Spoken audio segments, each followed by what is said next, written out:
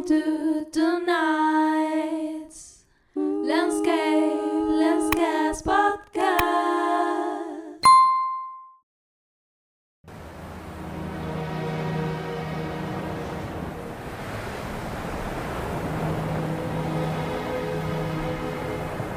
Now, landscape photography can seem silly to many people. Why would you get up at an ungodly hour, leave your warm bed, and head out into the darkness with what at times can be seen as like a 50% chance of success? For many others, however, it's the thrill of the chase, the fleeting light, vibrant colours, and unique images that keep bringing us back each time. Now, the journey can be better than the destination, and while we can sometimes be frustrated or even disappointed with an outcome, it's the moments that it all works out and the experiences we encounter, either on our own or with others, that far outweigh even the wettest or coldest adventure.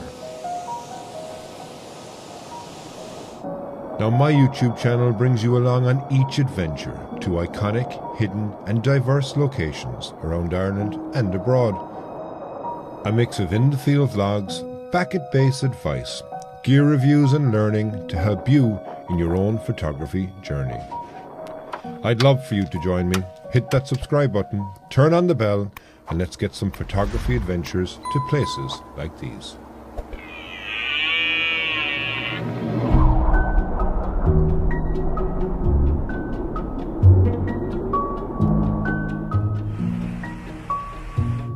It's so bright with the clouds that are around.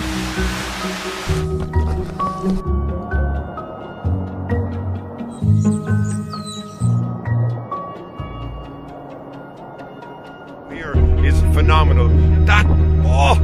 I have to go.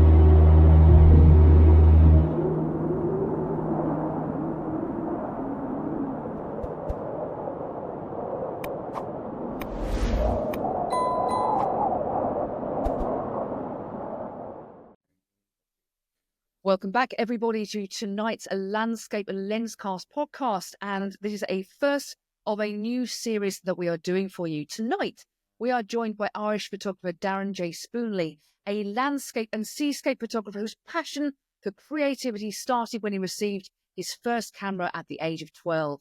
He states that what inspires him is the perpetual transformation and unpredictability of nature, hoping that we've all had that buzz that we get every now and then when we experience that too. Now, Darren's mission is to capture the timeless beauty of the Irish landscape and share it with the world. Although his curiosity and desire to explore drives him to travel extensively as well. Most recently, his adventures have taken him to the Italian Dolomites and the rugged highlands of Scotland and the Isle of Skye. Now, Darren endeavours to take a mindful approach to photography, savouring the freedom and the process of being amidst nature in order to notice, to slow down, and to consider his creative options in order to capture his perfect shot. Darren also has a thriving YouTube channel which he describes as a visual diary, offering insights into the challenges, the triumphs and breathtaking moments that he encounters. He's guided and worked alongside some of landscape photographers' household names, guiding them when they visited Ireland. He's also produced a series of Irish photography location guides, which can be purchased on his website. And full disclosure, I have used a couple of those myself on my recent Irish adventures. Darren, thank you so much for joining us tonight. I'd like to start off by asking you, talk us through your approach to your philosophy to your photography. Okay, so first and foremost, thank you very much. I wasn't sure if you were talking about me or somebody else in that intro. It was so eloquently put. So yeah, that's me. I'm delighted to be here, guys. Thank you very much for having me on. I suppose to answer your question, my approach is quite basic. I get out. There's no such thing as bad conditions. I'll take a photograph regardless. Some of them are bangers, some of them are not, but I got out. I got my camera out. I got experience. And you know what? Every single time I've gone out, I've never regretted going out, but I have regretted not going out. I think we're all concurring with you on that one there. Yeah, philosophy is up. Just get out. Yeah. And you know what? And I think as landscape photographers, we are all more than acutely aware that we are at the mercy of the weather. And the weather forecasters, I think in Ireland anyway, and particularly I suppose in the UK, not that far different, they've got the easiest job in the world because all they have to say is cloudy, chance of rain. And they'll get it right 50% of the time. So we all look at many, many apps, and I look at countless apps. And, I know I've got friends of mine that only go when the conditions are going to be spot on. These scenarios never happen. So you just need to go. If the conditions are going to be good, then they're going to be good. If they're not, then they're still going to be good because you've got your camera, you can take your photo, you can enjoy it. And we'll probably get into it as we go through today. But for me, photography is all about a feeling. And I want to kind of express that with my photography, but also from my own feelings when I look at images as well. So I'll get into that more, I suppose, as we go on. I'm sure you've got some good questions that will tease that out of me. But yeah, that's my philosophy, basically. Marvellous. Thank you. So I'm going to hand over to Dougie, who's chosen one of your photos, and he's going to explore the behind the scenes about that. Dougie, thank you. Yeah, so this is the picture of it's a castle with the moon, which you've balanced basically on one of the turrets. So what can you tell me about this particular shot? Where is it, for example? What is it? So this is an image of perseverance. So 5 times I tried to get this image. I had it in my mind's eye, the moon rising directly above the turret. So this is an old folly, which is just in the harbour here in Cork. Mm-hmm. And I travelled there a number of times with myself, and then a friend of mine went with me as well, and we missed it. And, the clouds would come in, our biggest nemesis, I suppose, when you're trying to photograph a photo shot like this. But it was very fortunate now. We had a very small window. It was February, was the time of the year we got it. So it was the February full moon. Got the conditions, clear sky. And then, of course, with all the apps, as I mentioned earlier, I knew exactly where I needed to stand. But of course, you didn't really know exactly where you need to stand because you see the moon coming up and you go, okay, we got to move. So a bit of franticness towards the very, very end. But I was very happy for a number of reasons. Number one, like I said, perseverance, that I had something in my head that I knew the shot would work. And, I was delighted when I got it. But even more so, it's more poignant to me because that friend of mine has since passed away. So it was something that I did with him and I because he kind of got into the buzz of trying to chase the moon and catch this shot with me. It was great to have him, when we actually finally did get this shot. And it's a great memory, I suppose. Like, again, I said, photography is about a feeling. I look at this and I get a number of different feelings. And that's one, I suppose, that I was lucky to share that with my friend, John. So I've gone back since to try and get it because, as you know, as us photographers, we're happy, but we're never happy. So I've gone back because I've upgraded my camera gear since. I don't suffer from gas that much, but when I do, I want to make sure that I can get it better than what it actually was. And I've gone back in again, probably around 4 times afterwards. And each time, again, with all the planning, the weather forecasters, cloudy, chance of rain, the clouds won again. What do you think you would do then to improve it, to improve on that? What change you? Well, so I suppose to anybody else looking at it, you go, okay, it's set up right, everything else is there. But when I go pixel peeping and I start looking at it, I want it to be sharper. And I would have liked to have improved my exposure a bit because obviously I was exposing for the moon. So, I had to be quite fast on my shutter speed, so which meant my shadows were dark. So because I was using an older camera, bring up the shadows, I lost some detail. So yeah. They're my excuse anyway for reason number 44 of gas. You wouldn't try and HDR that shot, bracket it and like that then? No. I'm quite basic, I suppose, in how I approach my images. I kind of want to get it done in one where possible. And particularly since that it was my 5th go, I had 4 opportunities to do those messing up, and this time I got it right. So no, I don't think I'd go down the route of HDR. Maybe, I don't know, but I hadn't considered that really, Douglas. But it's a good Yeah. option, I suppose, to have. Yeah. Yes, there. Yeah. And did you say what time of year it was? I can't remember. September. or February. something? February. Right. Yeah. Okay. Yeah. So I think let me try and put it's probably February 2017, I would say. All right. So what's that? 8 years ago. Yeah. Too many years ago. Yeah. So, early evening, about maybe sort of 5 o'clock, 6 o'clock, something like Yeah, that. around 5 o'clock. And the funny thing was, I was in my past life, I have a corporate background, and I was in my corporate role. And I was doing a meeting with my store managers at the time. I think there was probably around 18 or 19 of them there at that point. And we would have always done a day with the store managers and then the following day with the assistant store manager. So we'd repeat the whole day.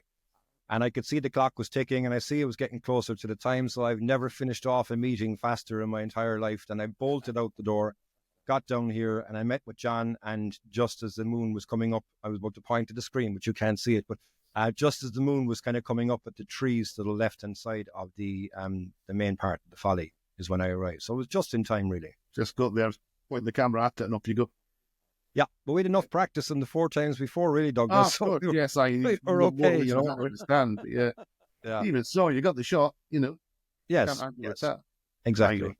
A nice one to pick as well for the first one. Good one for memories for me. Yeah. Is that one of your, well, obviously you've picked a whole pile of favourites, but Well, I think it's difficult when people say, what's your favourite image, you know, when you say pick 3 of your favourite shots. I mean, I've got 2 children, but I mean, I couldn't pick one of those as being my favourite. So I just said, okay, I'll send them on and see whoever likes them. Whatever image resonates with you guys, I'll talk about it. So, yeah. is there any more to the castle, or it's folly, you said? Is it just the 2 towers? Or? Oh, there's loads more to it. So right directly behind that, okay, it shouldn't have asked me that question, though, because, you know, it'll take me 20 minutes to tell you everything about this image. You go ahead, I'm running out of questions. All right.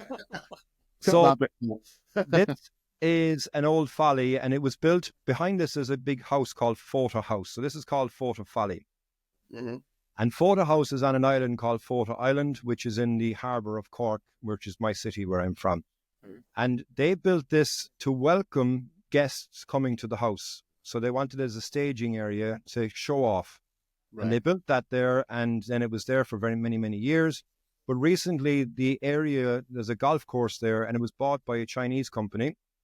But there's no access to this because there's a railway line that now separates this from the main area. So it's lying dormant. Nobody can go near it. And even because they own it, they can't create access into it because it means that they have to get the railway involved to get a bridge put over the railway line and everything else as well. And then to the right of that image, you also have Fota Wildlife Park. So while I was taking the shot, I could hear the sound of the gibbons as they were being fed in the evening, and you could hear all the noises coming from the wildlife park as well. So, yeah, there's a lot going on behind that. And where I'm actually stood, would you believe? And, you know, I was at a thing recently, and Alistair Ben said a very interesting statement about composition. He said, composition is lying by omission. And I found it very, very interesting. So where I'm stood there, behind me is an industrial estate.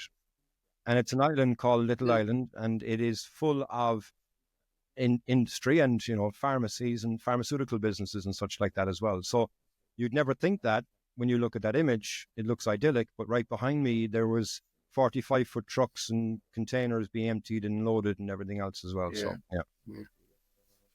yeah. Sarah, you got anything you want to ask me? Darren, my question to you is to do with your photography style. Many landscape photographers have their own specific style that would indicate it was their photograph to people looking at their photographs. How would you characterize your photographs? Anything with water, I think, is where you'll find me, and particularly by the sea. I am so fortunate to call this island of Ireland my playground, and as Louise would know, there is a certain area on the west coast of Ireland, which is Dingle, is a place that is always draws me back. But it's not just Dingle. I think anywhere close to the sea, and I'm there. I enjoy all aspects of seascape photography. I suppose I would call myself a seascape photographer.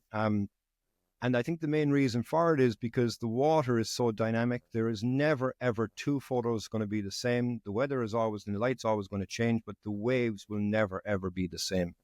The power of the waves is incredible. The ruggedness and the rawness of our west coast. And I know Louise has visited and fell in love with the Three Sisters and a number of different areas as well. I love Dingle. I think it's phenomenal. But Donegal, which is further up north, is out of this world. And anywhere along the coast here, we've got some gems. So I'm spoiled, really, Sarah, that I've got that as my backyard. And I think I love the play of water. So I love to play with different shutter speeds of water. I love the aspect and the power of the waves.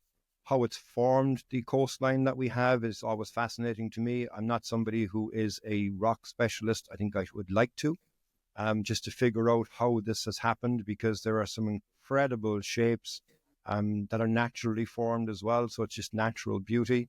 And then I suppose the cherry on the top for that, then for me, is when I'm at a beach and I'm playing with the flow of water. I think a lot of photographers out there would say that it's all about the light. So Adam Gibbs is the person who has that as his catchphrase. And I've had conversations with Adam, and I'm kind of going, it's not necessarily always about the light, Adam, because give me a strong composition in poor light, or give me great light in a poor composition. Which would you prefer? So I think a composition is something which is far more appealing. And I'm so lucky that I've got so many different beaches, so many different rocky outcrops, that I can use the water as part of the composition. So I can frame up a shot, and all I'm doing is I'm waiting for that water to come in to fill that part of the frame, to give that movement either coming in or going back out. And, if anybody, I suppose, has never really experienced looking at the back of their camera and seeing a shot where there's water, where it's retreating back out, and you had a gap of dirty sand, and now all of a sudden you've got silky, beautiful water, then straight away I'm addicted, So, yeah, it's the sea really that is drawing me. Like so much so that I've said to my wife that when I go, I don't want to be buried. I want to be burnt and put over the coast, because I will be in my element and I will see the world, and I will go everywhere around the world and follow those currents. So, yeah. Fantastic. Speaking my language there. You've sold it to me. Well, look, Ireland, I'm an advocate. I suppose some people call me an ambassador from Ireland, but I can't help but do it because it's so beautiful. There are some wonderful places in the world, of course. I will never see all of them, but even saying that, I will never see all of Ireland. And even though it's tiny, there's so much beauty out there that it's just incredible to explore. And I know, Sarah, you've asked the question, but I want to jump to Louise for a second, if I may, because when you were driving around Ireland and you're driving around the roads, the roads aren't the best roads in the world. But yet, as you turn a corner, it creates something and you go, oh, look at this. And you turn the next corner and you go, hang on, look at that. And it's quite distracting because we've got so much that we can play with, So, yeah. So, Sarah, you're going to hand over to... Yeah, we're going over to the next featured photo now, I believe. And that's to you, Darren. I chose this one out of yours, Darren, because it just oozes power and mood and everything. And you're talking about the power of the waves. How high is that wave, that main feature wave there? Because that is something going on there. You mentioned as well the retreating water off the rocks, the flying birds. This has it all. I mean, how close were you to this? Quite far away. So that was photographed at around 450 mil. So that was taken from Cumanol Beach, which you will know, Louise, at the very end of the winding road by the Devil's Horns. And on the left-hand side, if I take your eye away from the wave for a moment, and if you follow up the cliff and you see probably 3/4 of the way up the image, there's a piece of the cliff sticking out. So not the top of the image, not the top, but 3/4 of the way up. Yeah. That's the road, which is Slayhead Drive Road. And that's where the crucifix is up there. Really? So that will give you an idea of the height of that wave, because that wave was absolutely immense. This was during a storm. Storm Jorge or George or something like that, back in 2020. And I call this image, and I suppose before I tell you why I call it, the name I called it, but one of the things I love to do with waves, Darren, I think is quite interesting, is that you'll always see different shapes and textures in waves, similar to clouds, right? So as when we were kids, we'd never get bored, because I never got bored, because I'd go out and lie in the grass and look at the clouds and see what shapes I could see in the clouds, right? But I always find that you can see shapes and faces in waves. So I call this image mother and child, because the main image looks like a face of a mother, and on the left-hand side, the small wave looks like a little child looking back up at the mother. So that straight away, when I looked at that, I went, wow, okay, I can see this within the image. Of course, the beauty of this is you get scale, you get the birds and everything else that are milling around there. You've got power. And the beauty of the 600 millimeter lens allows you to see past the clutter, right? So there's a lot of clutter between me and that, because the water is white. It's basically foamy because it's so stormy. But here, I was able to kind of go past that and capture everything that I wanted to get within the image. And I just love, I suppose, the complexity, but the simplicity of the image. There's a lot of negative space there. There's a lot of anglers, but then you've got straight away, for me, when I compose an image, I look and go, okay, what's the star of the show? So the star of the show for me is the waves. The supporting actors is the smaller wave, or the birds. Also the cliffs as well, because you get an idea of sense of scale. You can, if you know the area, you know they're big. But even if you don't know the area, and as you said it, Darren, there, it exudes energy. It exudes power. What I was missing, what I would love to have had, but I wasn't there, was light. Because obviously, it's a stormy, windy, grey day. But this was a sequence of probably, as you'll probably know, anybody that's ever done seascape photography, this is one of 1,785 images that I took in the space of, 45 minutes. So my shutter button was going faster than an AK-47. That's what I've often said to people. So yeah. But that's what it's all about, isn't it? It's just that excitement it brings and everything. It's just one image as well. It's not a composite. It's just one image. One image. And also, I think I shot this at probably 1,000, if not more, faster of a shutter speed. So I think this was handheld as well. Yeah. But I really enjoyed this image when I got it. And there's a number of other images that I've taken around that time. And I think this is why I love seascape photography, because of the 1,700 images that I took, I was only tuning in when I was editing to this style of wave, right? But if I go back over the images, there's plenty of other waves that are within there that I could peel back out and I could edit again, and I got a whole new set of shots. Yeah. That's the beauty, I think, of seascape photography, particularly with wave photography, because you're looking for different textures, looking for different shapes. The one thing I think that I don't like when I look at this image is when I edited it, because I was shooting such a fast shutter speed to freeze the motion of the water, because there is no light, the raw file was quite dark. So I had to do a good bit of shadow recovery. And ultimately, my saving grace for this image was when I re-edited it again a couple of years later with the advantages that have come now with editing suites. So noise reduction came in on point, because it really helped. There's still noise within the image, but there's far less than what was there on the original raw file. So yeah, one shot, but a shot that had got challenges to edit, but I was really happy with the finished edit. And it's one that, again, feeling, I look at this image, I know exactly how I was feeling when I took this shot. I know exactly how hard it was to stay still and, but not be blown over by the waves, or by the wind, I should say. And again, to go back to the same thing I said on the last image, and I think Alistair's phrase is so good. It's lying by omission.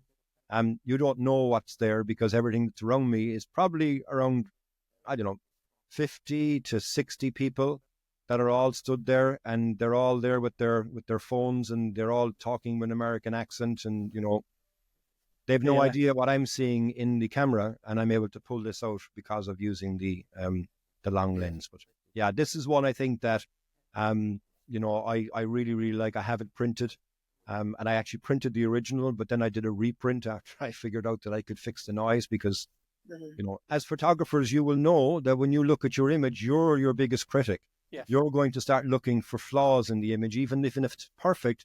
And, you know, something that really kind of resonated that to me was, this was probably around 14 years ago, maybe. I was editing an image and I was using a laptop. I was sitting on the couch. My wife was next to me, and all of a sudden I left out an expletive. And she said, "What's wrong with you?" And I said, "The rock isn't sharp." She goes, "What do you mean?" I said, look. And I was so annoyed that the rock wasn't sharp. And she said, "But what am I looking at?" I said, the rock. She's like, "It's not sharp." And I was getting more and more agitated. She said, "Okay, but what? Show me the full picture." And I went, "What do you mean?" She goes, "Zoom out." So I zoomed out, and you couldn't even see the rock on the actual image. So I was so fixated at looking and finding a flaw that didn't even need to exist, you know. So, yeah.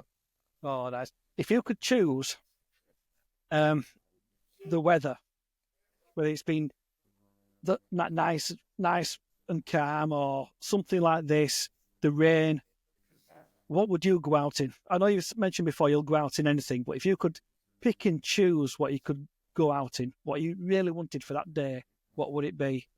I would love a day at the ocean with no clouds and no waves. I'm joking.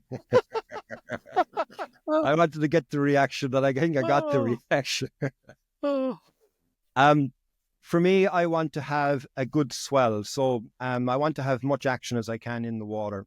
As far as the sky is concerned, my monitor's going to go off 1 second. As far as the sky is concerned, I want patchy clouds with light rays that can come through. And particularly at sunset here on the West Coast, the next thing that we have is America, right? So there's nothing really going to stop us from that. So if I can get patchy clouds and I get the sun, it can not only give you fantastic light rays an hour to an hour and a half before sunset, but you get that the whole way and the whole journey through until the sun finally says goodbye over the horizon. Mm-hmm. And then you get the benefit of those clouds, because they're, you know, patchy clouds, they're high clouds, they'll catch. So you get a 25 for 1 scenario from the one scene effectively when you get those conditions. I do like light and what light can add to an image, for sure. I think it's something that, you know, it makes an image pop. You know, if you've ever had a scenario where you've got a composition nailed and you're just waiting for the light and the light comes, then look at the 2 images. Look at the one beforehand without the light, and then look at the one when you got the light, and you will know straight away that Adam Gibbs was right. It is all about the light, but it's not necessarily only about the light. Are you a patient photographer? Would you wait if you were here now? Would you wait for that light? Yeah. I'd like to be very considered in my approach. I'm not a kind of a run and gun type of person in life, and I kind of not the same in my photography. The only time I'll be run and gun really, Darren, is that if the light is so dynamic and it's moving everywhere, I'll want to catch it in as many different places as possible. But if I've got my comp nailed and I'm waiting for the light, you know, I'd have no problem in waiting. And it was probably one of the reasons why my YouTube channel was started, because I would be there waiting for the light. I could be waiting an hour. I could be waiting an hour and a half. And I kind of got bored. So I started to do some play videos with my friends, like to say Thomas Eaton as an example, you know, and I kind of go, "Oh, here we are, blah, blah, blah." I'd send it off to them, and we'd have a good giggle over it. And then one day I just said, "Crikey, I'm still bored here." So I said, "Well, I'll just try one and see how I get on with it." And I tried one, and it was a disaster, because I said more than I ever had thought that I ever did. But I enjoyed it. There's another I enjoyed it. And it was something that really taught me a lot about myself, in how being out into the landscape is something that is not only good for photos, but it's really good for the mind. So I mentioned earlier that I've come from a corporate world, so I had, you know, quite a high pressure role. And if I was ever stuck for a solution or an answer to a problem that we were having, I couldn't see it because I was focused on that problem, right? But I found that if I went out to the ocean, the advantage was, number one, there was no mobile signal, so nobody could ring me and, you know, interrupt me. but I'm looking at the scene in front of me. I'm now being more relaxed, and all of a sudden, the answer that I was looking for just magically just appears.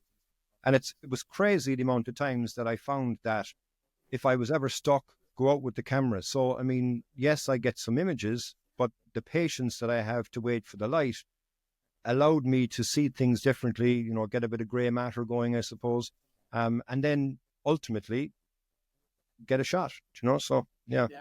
I would be probably too patient. If any of you guys have ever gone out to photograph with a non-landscape photographer, then you'll know exactly what lack of patience actually is. So, and Louise brings her husband everywhere with her, and I think he has experienced a number of times how long it takes to get the shot. He's called the long-suffering beloved for a very specific reason. There you go. Yeah. So, yeah, back to you then, Sarah. Are you Canon? Oh, yeah. Oh, no. Oh, there's Three two of Canon. us. Two of us cling on to it. Sarah and myself and yourself here. These are Canon, these. no Nikons. No, not Nikon. No. On a separate side note, it's just a quick one for you there. When I had the podcast, it was a long-running joke that myself and Dermot would be Canon, and we'd always take the absolute piss out of Nikon. Nothing wrong with Nikon cameras, but it was just so easy to rile up the Nikon users that we went, okay, let's There's do it. that thing going on there. There's that thing. How many Nikon users have we got here? At least two. Oh, it's just you, is it, Paul? You're on your J's. Sony. I'm so He's gone to Egypt there to the river called the Nile. Darren, what do you shoot? Sony. No, Oh, the Darren. Doug, what do you shoot? I'm on Sony as well. Oh, Well, I do have a Sony sensor on my camera, though. Oh. hashtag true story. Yeah. Sarah. Right. Thinking about your photography journey, Darren, is there any piece of advice in particular that you found really insightful that resonates with you today, looking back over all the years on your journey to becoming a photographer? Well, I'm still on my journey to becoming a photographer. That's the first thing I would say. The big one is don't be afraid to mess up. Do not be afraid to make mistakes. Failures are what we have to do to grow. I always kind of say it as akin to when we were kids and how we wanted to learn a bike. You never learned to ride a bike the first time. You fell, but you got up. And then you fell again, and then you got up. But each time you learn something and you didn't do that mistake the other times. And that's how I think you can improve your photography. I think so many people have this vision in their head of how it's going to look. And when they don't get the results on the back of the camera, then frustrations can kick in. And then it can be of, damn it, I'll never get it. And, I would look at that as a slightly different way. And I would say, okay, I tried, and it didn't work out, but try and figure out what didn't work out. And if you can't figure out what didn't work out, then okay, it's okay to ask other people for advice and ask other people for opinions and ask other people for feedback, because everybody has gone through it themselves. So I think it's a short answer, but a long answer in a roundabout way, Sarah, because repetition is what will help you to improve. The best musicians in the world didn't pick up a guitar or a keyboard or whatever it might be for the first time and write a number one song. They have got so many layers of songs in the background that have absolutely no chance of seeing the light of day, but all of them taught them something. And that question actually, I was thinking on that recently. I kind of started a new series on my, I'm not plugging, by the way, but it's just an idea. I started a new series on my YouTube channel. I do some writing with f-stoppers, and I wrote an article, it's nearly 5 months ago at this stage, was things I wish I knew earlier. And it got me thinking, and I said, okay, there's more to this. So then I started to put some ideas down. I started to do some videos around it, because I said, okay, from the YouTube channel, I think if I can give visuals to help people, I'm not saying I'm a great photographer. I'm saying that these are things that I wish I knew earlier, right? And if they can help people to fast track, then it's the same thing as learning with somebody else per se. And one of the ideas that I had, and I've only recently finished recording it actually, is about embracing failure, because people are embarrassed by failure. So I said, okay, well, you know what I'm going to do?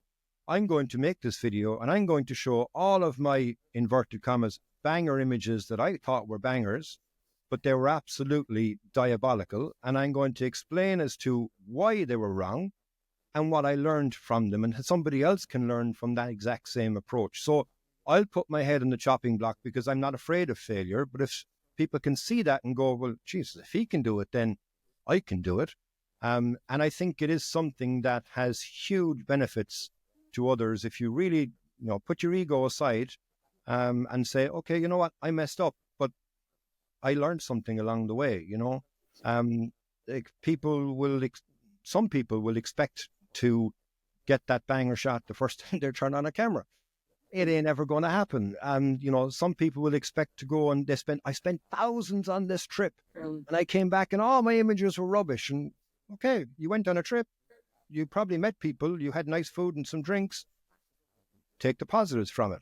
But you also learned that, don't keep your camera in auto, because that was one of the things that people, will do.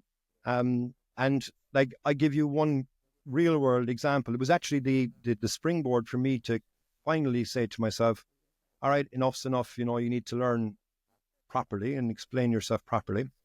So when I got married, we went to Borneo for our honeymoon, and it was absolutely incredible, right? And I wanted to go there for a number of reasons, but one was because I wanted to see the orangutans, because the orangutan is being driven out from the rainforest because of palm oil plantations. So I wanted to go and see them before they were gone.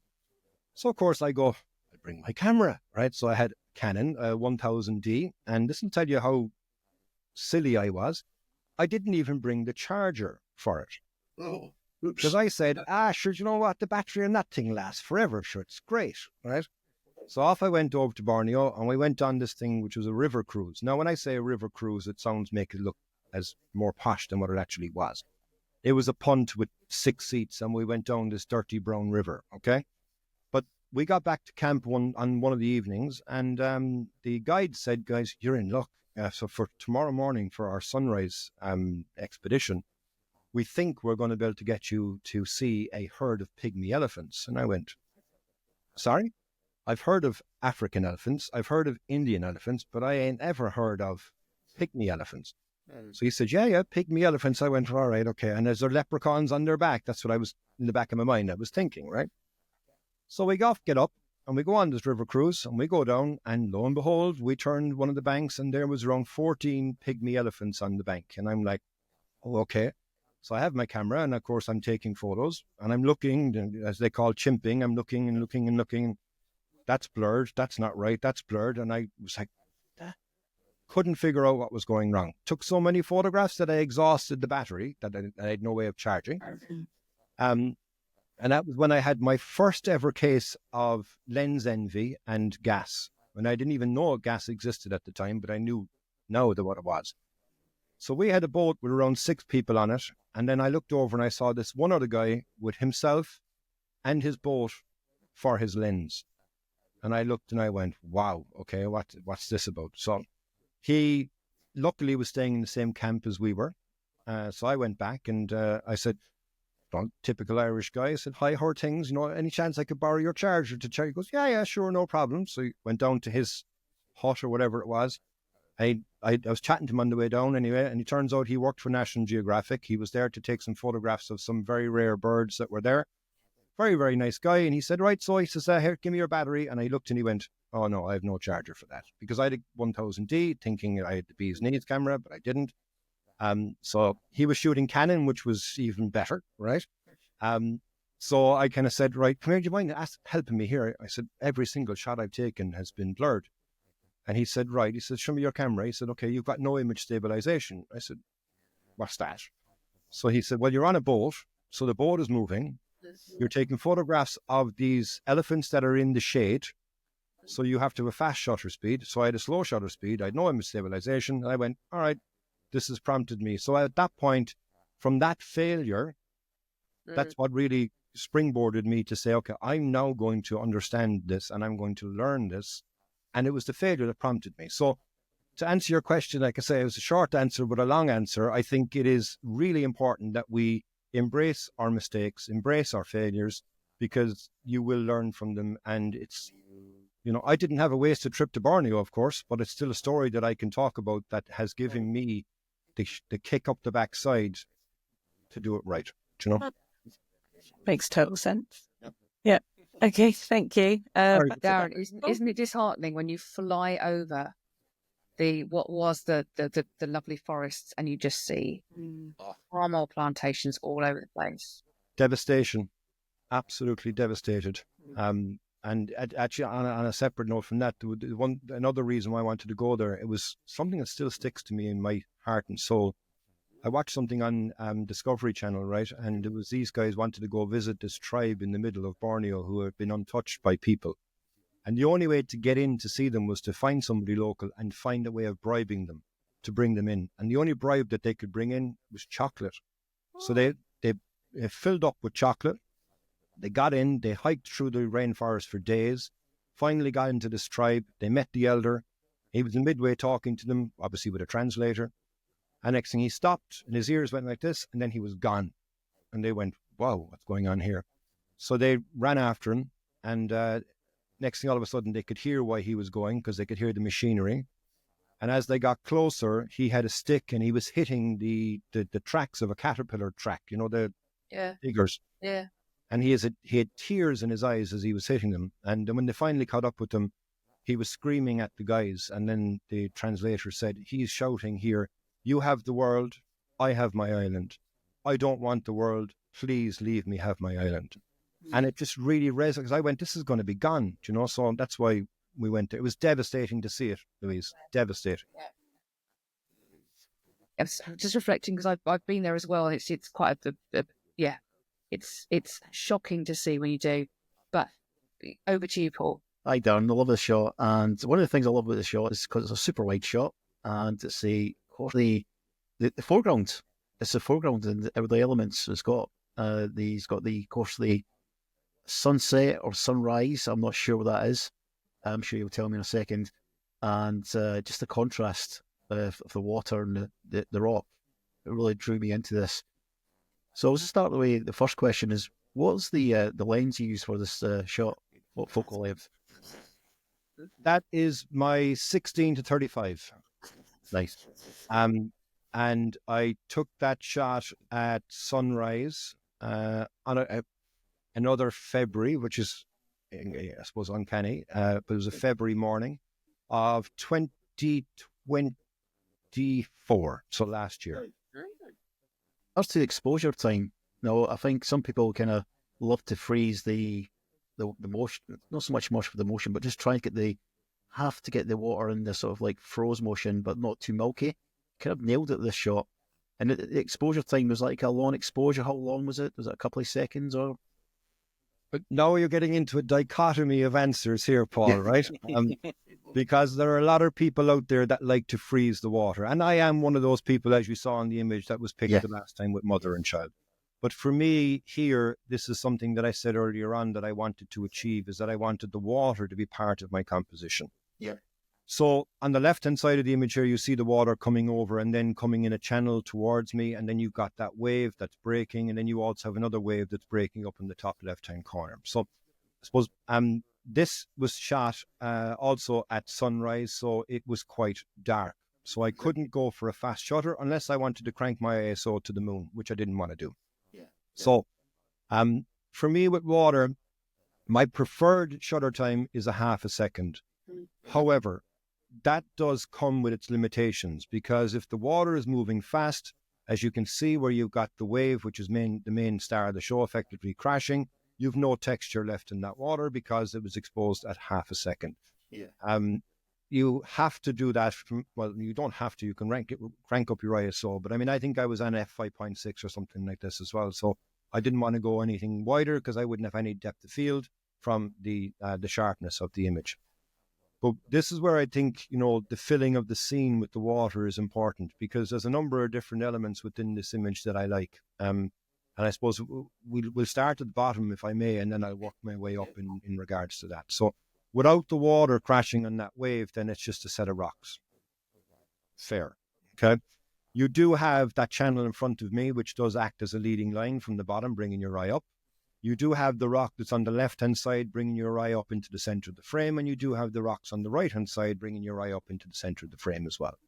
So the image without a wave, it's still an image, but it doesn't have any energy, which is what I really like about my photos, I suppose. To then have that wave, as you can see, come crashing not only in the main area, but also in front of me. There's an image that I've taken just after this shot where that wave that you see coming in towards my feet spreads out and then follows all of the channels that are there coming right up to my feet as well. But it's missing the crashing of the main wave in the center of the image. But what it does have is, if you look on the left-hand side, you've got another wave coming in again, and I've got that just as it's crashing over, and then it's hitting the other rocks above as well. Yeah. The image, because I photographed it as a wide-angle image, it's very difficult to know that there's actually a lighthouse in this image. So you can't really see that there's a lighthouse in this image, and you also can't see that my camper van is in this image as well, because I was shooting back towards the camper van. So where this is a place called Valentia Island, which is in Kerry. I don't know, Louise, is it on your list? But if it isn't, it should be, because it will be. It's stunning down there.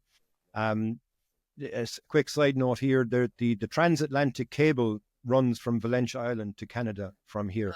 Wow. So that goes from there under the water all the way to Canada. That's interesting. But you have effectively, you're looking east effectively, right? So the sun was coming up here on the right-hand side, and you can see I've got all that texture and that color that's in the sky. Luckily, and this is the advantage, and I don't know how many of you have camper vans. I know, Louise, you do. Yeah. This is the advantage of having a camper van, because I would never, ever, ever travel there to get there for sunrise. Never. Because for the time it would take me to do that, I would have to be committed, not just to taking the photo, but also to a mental institution, because I don't know what's going to happen as far as the light's going to concern that following morning. But because I had the camper van there, I went, okay, I'm going to go down. I went down, and it rained for the entire afternoon, the entire evening, and pretty much 85% of the night. But after rain comes light. So when I woke up, I could see this glow was just starting. So I scurried all of the, 4 feet out of the van, looked up and went, okay, this is incredible. So in the center of the image here, where the wave is breaking, you can kind of just make out a white box. So next to that is where my van was parked. So that's as far as I had to go, and I knew I wasn't going to miss the opportunity. So with that light that was there with the clouds and everything else, when I managed to get the shot, then I was like, okay, what shutter speed will I do? Do I want to freeze it? And I have got a couple of shots where I froze the water, but I didn't like the result. And ultimately, and to go back to what I said, you're opening up a box of frogs, let's just say, on this one, because some people go, oh, you have to freeze the water, it's a wave. Well, you don't have to, because I'm an artist effectively, and I'll paint my picture the way I wanted to paint it. But other people would look at that and go, I think you've nailed the shutter speed there. Whereas another person would go, I think you did it all wrong. I mean, it's completely subjective, and that's what I like about photography. But what I more like about seascape photography is that you can get this type of shot. This is one image, and again, I don't do composites or anything like that, unless it's a very, very rare time that I need to. I don't do blending of any different types of shots or anything like that. So this is one image of incredible waves that were coming through at sunrise, and the exposure time that I took was because, number one, I liked it, but also it was a necessity for me to do that, because I wouldn't have been able to get any light within the scene unless, like I said, I cranked my ISO up. But what I also like finally about this image here is in the foreground, you've got the subtle reflection of the glow that's hitting off on the rocks. And I think it just adds a nice color palette overall to the image. I mean, you've got your yellows, you've got your orange, you've got your reds, you've got your purples, you've got your blues, you've got your aqua blues, and then you've got the rocks as well, which have all different kind of color variations as well. If I was to be kind of hypercritical now that I look at the image again, that channel that's down at the very, very end here, I've got a small bit of a yellow swirl. I would probably get rid of that. But Yeah, I love the warmth to this image, as you mentioned there, about the right-hand side. Really, the eye just kind of gravitates to that as well. Thank you. I'm glad you like it. And thank you for sharing it as well. I really appreciate that. So, guys, I'm going to go back to Louise again.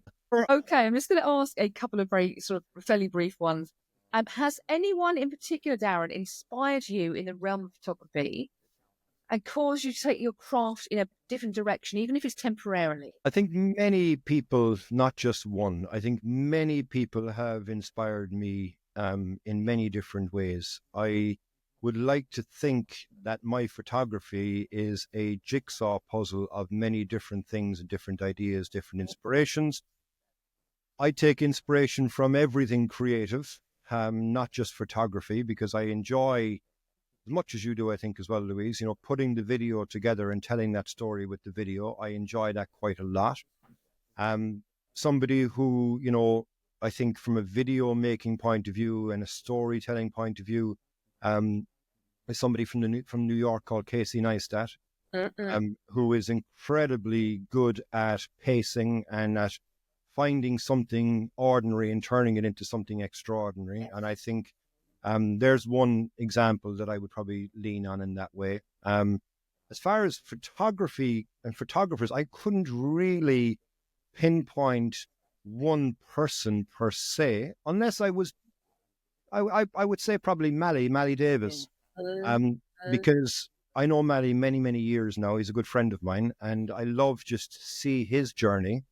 No, he says the same to me. He looks at me, he likes to see my journey, but I just find him incredibly down to earth, very much so relatable. What you see is what you get with him, and it just so happens that he gets some incredible photos, not just in the woodland, but his street stuff is incredible. So I think, yeah, Mally would probably be one that I would say, okay, inspires me. But I think there's far too many influences on us on a daily basis that we choose to tune into, and then there's more that we don't even realize we're tuning into it, and that inspires us as well. I think I'm going to give you a definitive left of center answer. Nature is my biggest inspiration because it changes every day and it doesn't remain the same. It always challenges me. It never bores me. And I think it's something that I want to get to know more. I don't know enough yet, but I'm looking forward to the many dances that we will do until I can no longer take my camera out. How's that? Oh, I think you've got the 100% approval here. Yeah, definitely. Oh, yes. Well played. Yeah. Okay. Here's one I prepared earlier. Yeah. No, I haven't. I totally agree with Darren there with Mally. I think Mally's enthusiasm just for getting out is just totally infectious. Yeah. And you know what? He's a down-to-earth, relatable guy. Yeah, he is. Yeah. And, like, I love Mally for many, many different things. But it's just, I've never seen anybody so enthusiastic. And, if I'm ever having a day where I go, I'm not feeling inspired, I'll just throw on a Mally video and I'm like, right, that's it. Come on, I'm gone.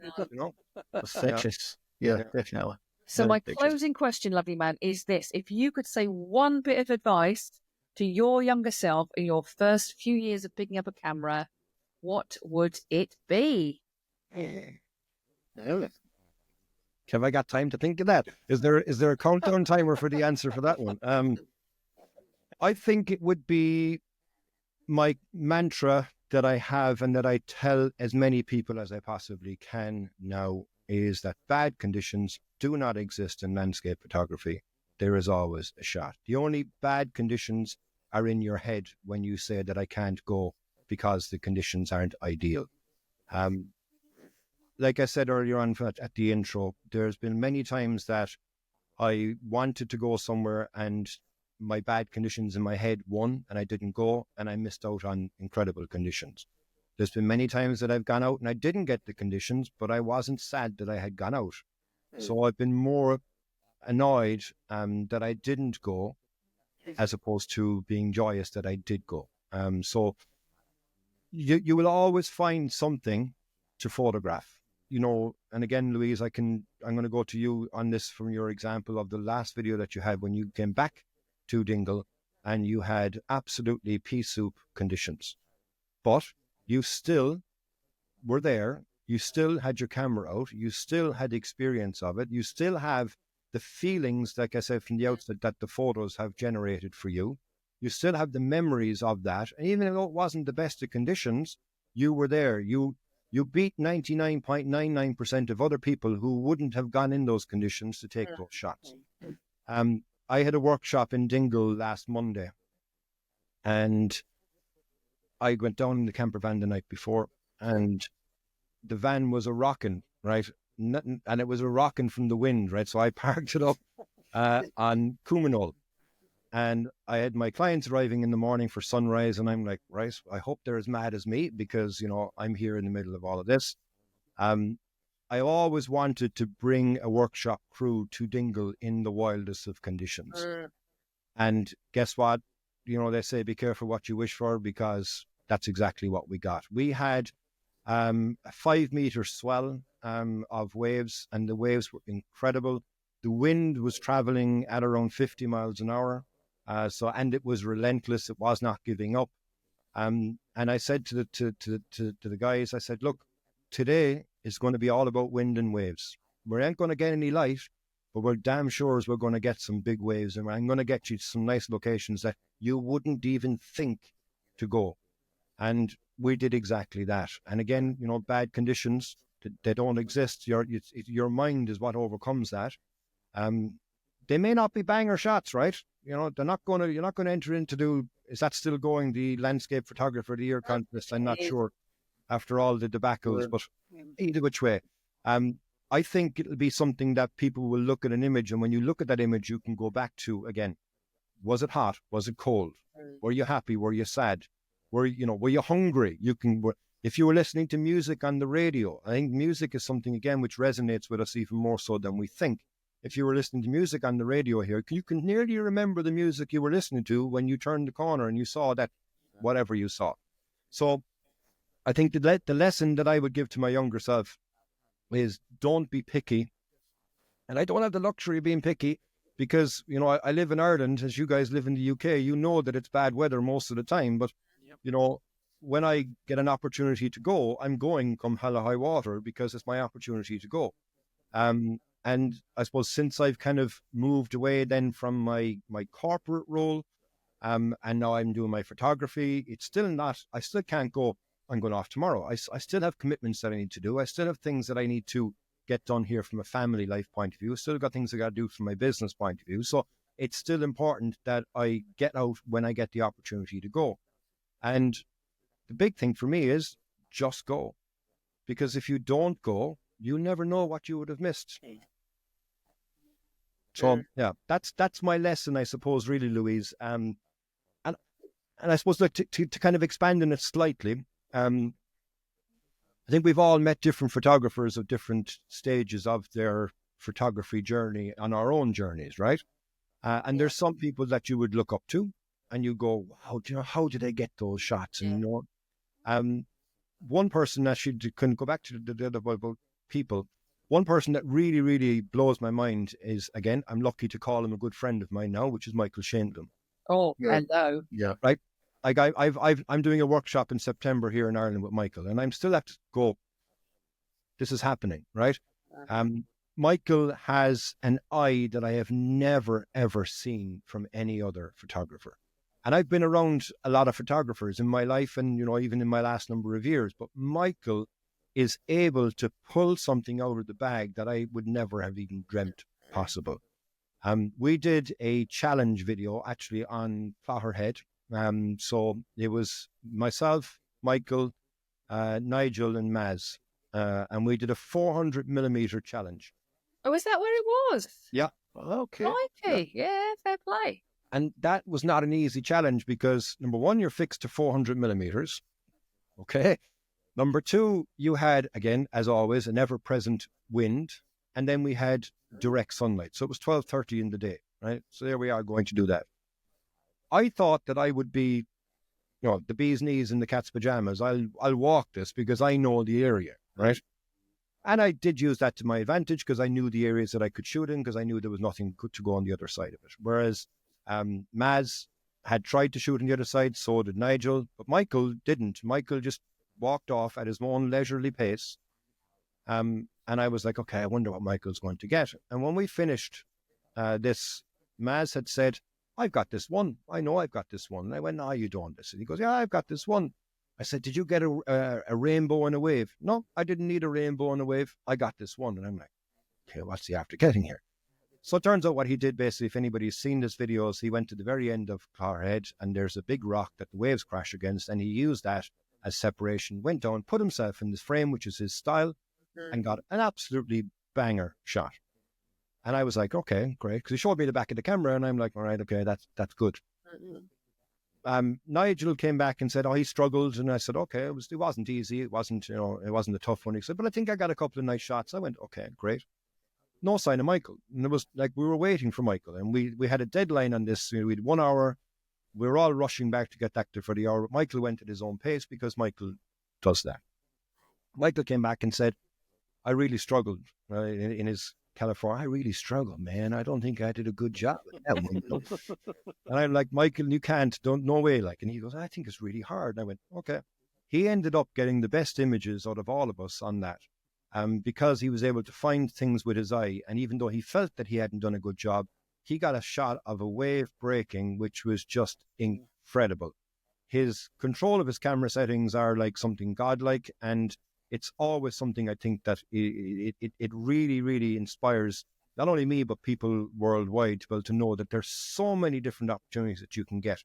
And let's face it, we're using an inanimate piece of metal, plastic, and glass.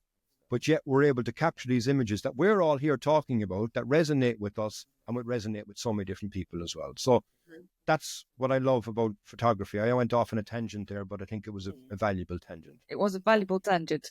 I'll take that tangent. Darren, thank you so much for your time tonight. I've really enjoyed exploring the crevices of your mind and just seeing how your creativity, what you bring and how you bring it to your photography. And I've got my eye on my next guide, by the way, is the Copper Coast one, just to let you know that. Watch for that to come through. You didn't even get me started on the Copper Coast on this. Oh yeah, it could be another hour or so. We're at a limit. However, thank you so much for your time tonight, gentlemen, and Sarah. Thank you as well for everything you've done. I very much look forward to seeing your future videos, Darren, and getting to know things as I stalk the Copper Coast. Have a great one, ladies and gentlemen. Thank you for your time tonight. We'll see you next time, wherever we are. Thank you. Schlangefol. What he said. See you later. Yeah.